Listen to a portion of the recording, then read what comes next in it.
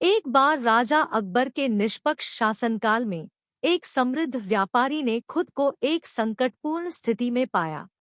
उसने बहुत बड़ी संपत्ति इकट्ठी कर ली थी, लेकिन एक सुबह उठकर उसने पाया कि उसकी सारी संपत्ति उसके ब्यूरो से गायब हो गई है।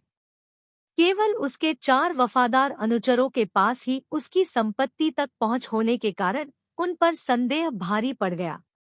प्रत्येक अनुचर को बुलाया गया और गहन पूछताछ की गई, लेकिन सभी ने दृढ़ता से आरोप से इनकार कर दिया। कोई समाधान नजर न आने पर व्यापारी ने राजा अकबर से सद्बुद्धि मांगी।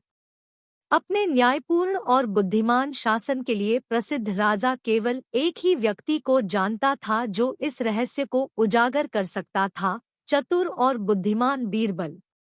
राजा अकबर ने बीरबल को विवाद सुलझाने का कार्य सौंपा। बदले में बीरबल ने प्रत्येक अनुचर से कबूलनामा लेने का प्रयास किया। फिर भी उनके प्रयासों का कोई परिणाम नहीं निकला। इसलिए बीरबल ने एक अनोखी योजना बनाई। उन्होंने प्रत्येक व्यक्ति को एक जादुई छड़ी भेंट की और दावा किया कि दोषी पक्ष की छड़ी रात भर में 3 इंच बढ़ जाएगी। उन्होंने उन्हें अगले दिन अपनी लाठियों को छुए बिना वापस लौटने का निर्देश दिया। डर से चूर चोर ने सोचा कि वह बीरबल को मात दे सकता है। उसने उस रात अपनी छड़ी को 3 इंच काटने का फैसला किया, यह विश्वास करते हुए कि इससे छड़ी को अपना अपराध प्रकट करने से रोका जा सकेगा। जैसे ही भोर हुई, सभी 4 अनुचर राजा अकबर के दरबार के सामने अपनी लाठियां लेकर खड़े हो गए। बीरबल ने एक-एक करके प्रत्येक छड़ी की जांच की। चोर को निराशा हुई, उसकी चालाकी उजागर हो गई थी।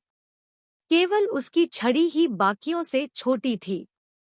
चोर की पहचान होने पर व्यापारी की चुराई हुई संपत्ति बरामद कर ली गई और उसे वापस कर दिया गया। दूसरी ओर चोर को राजा की जेल में रहने की सजा सुनाई गई, उसकी दया की गुहार अनसुनी कर दी गई।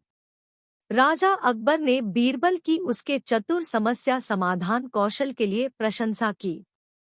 बीरबल की प्रतिष्ठा बढ़ गई और वह दूर दूर तक अकबर के गौरव के रूप में जाना जाने लगा। और इस प्रकार अकबर और व्यापारी की कहानी हमें कालजयी पाठ बनाकर समाप्त हो जाती है। आप हर समय सभी लोगों को धोखा नहीं दे सकते।